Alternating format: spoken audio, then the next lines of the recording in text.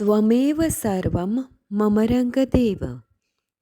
દત્ત ભાગવતનું બિરુદ પામેલ શ્રી રંગ અવધૂત શ્રી વિરચિત શ્રી ગુરુલીલામૃત ગ્રંથ આવાગમનના ફેરામાંથી મુક્ત કરાવે છે. જાણે બ્રહ્મરસાસ્વાદે ભર્યો નર્યો ગ્રંથ સાધ્યંત. આ વરદ અને ઔપાસનિક ગ્રંથને રંગબાળ શ્રી જગદીશાનંદજીએ સરળ અને સંક્ષિપ્ત ગદ્ય લેખન રૂપે વર્ષના દરેક દિવસ માટે એક પેજ તેમ 364 પેજમાં આ શ્રીરંગ બ્રહ્મરસાસ્વાદનું સર્વને રસપાન કરાવ્યું છે. તે ક્રમમાં દરરોજ શ્રવણ કરીએ. દત્તબાવનીના ગાન પછી આ એક પેજનું પઠન કરવું શ્રેયસ્કર છે. સપ્તાહ 7 ગુરુવાર. અલખજી નિરંજનને કહે છે, હે નિરંજન, જોયું ને, કોઈ તરસ્યાને પાણીનું ટીપું મળવાની આશા ન હોય અને તેને અમૃત મળી જાય તો કેવો આનંદ આવે. તેમ અહીં શ્રી દત્ત ભગવાને જ્ઞાનાન્નનું ભોજન જમાડતા તેની તૃપ્તિ થતી જ નથી, ત્યાંથી હટવાનું મન તેને થતું જ નથી. શ્રી દત્તના જ્ઞાનામૃતથી તૃપ્ત થતા અલર્ક અતિ પુલકિત થઈને શ્રી દત્તને કહેવા લાગ્યો કે, હે દેવાધિદેવ યોગીરાજ, આપને શી રીતે વંદું?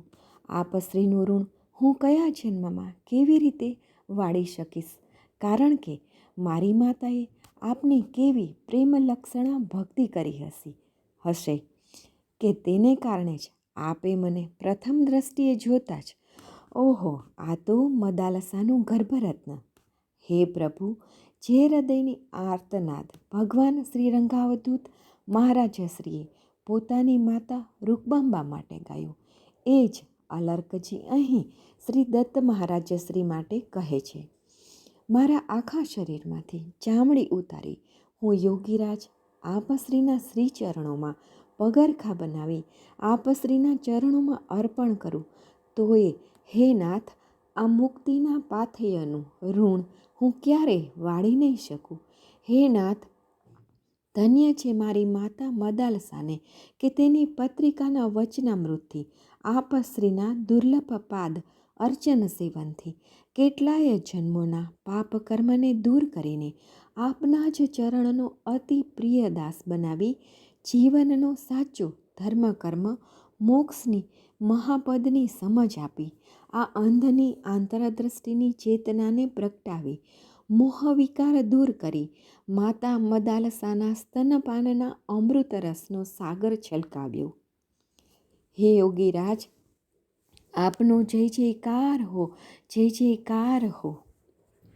અરે નારાયણ, આપના જ પ્રગટાવેલા આત્મજ્ઞાનથી હવે શ્રેષ્ઠ વરિષ્ઠ બંધુ સુબાહુને પણ ધન્ય છે.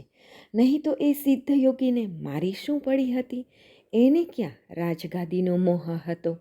પણ તેણે પોતાની સાધનાને પડતી મૂકીને મારી માતા મદાલસાનું સ્તનપાન એળે ન જાય અને મારી મોહાંધકારી આસુરી વૃત્તિને દૂર કરવા અને આપશ્રીના ચરણનું સેવન કરવાની પ્રેરણા દેવા અને મને ભોગવિલાસની મોહજાળથી મુક્ત કરવા આપશ્રીના શ્રીચરણો તરફ સુમુખ થવા એણે રાજ્યનો ભાગ માગવાનું વ્યર્થ બહાનું કાઢીને રાજભાગ લેવા મારી પાસે આવ્યો. મેં એને તે સમયે ના જ ઓળખ્યો કે મારો મોટા ભાઈ એના સ્વપ્નમાં ક્યારેય પણ કોઈ રાજભોગવિલાસની તલમાત્રે પણ વાસના નથી, તો તે સિદ્ધને આમ કરે. પણ હે નાથ, મેં તેને અજ્ઞાન અહંકારને કારણે અપમાન કરી ધક્કો મારી કાઢી મૂક્યો હતો. ભલું થજો એનું કે કાશીરાજને એણે તો નિમિત્ત કર્યો હતો, પણ એણે એની યોગ શક્તિથી જ મને આપની તરફ વાળવા એણે કૃત્રિમ ક્રોધ કરી મારા સૈન્યનો કચર ઘાણ કાઢી મારી હાર થતાં મને પકડવો હોત તો એ મને પકડી શકત. તે જાણતો હતો કે એ અહીંથી ભાગશે તો જ દત્ત દરબારમાં જશે અને તેની આત્મોન્નતિ થશે જ. તે સમયે પણ હું તેની યોગશક્તિને પામી શક્યો નહીં. ધન્ય છે મારા મોટા ભાઈ સુબાહુને અને ધન્ય છે એને સાથ આપનાર કાશીરાજને. હવે મને રાજવૈભવની, ભોગવિલાસની કે કોઈ સંસાર વાસનાની પડી નથી. હવે અમે બધા એક જ ભાસીએ છીએ. શ્રી દત્ત ભગવાન તેના અહમને મૂળથી બાળી નાખી અદ્વૈતની અનુભૂતિ કરવા બંધુ સુબાહુ પાસે મોકલે છે.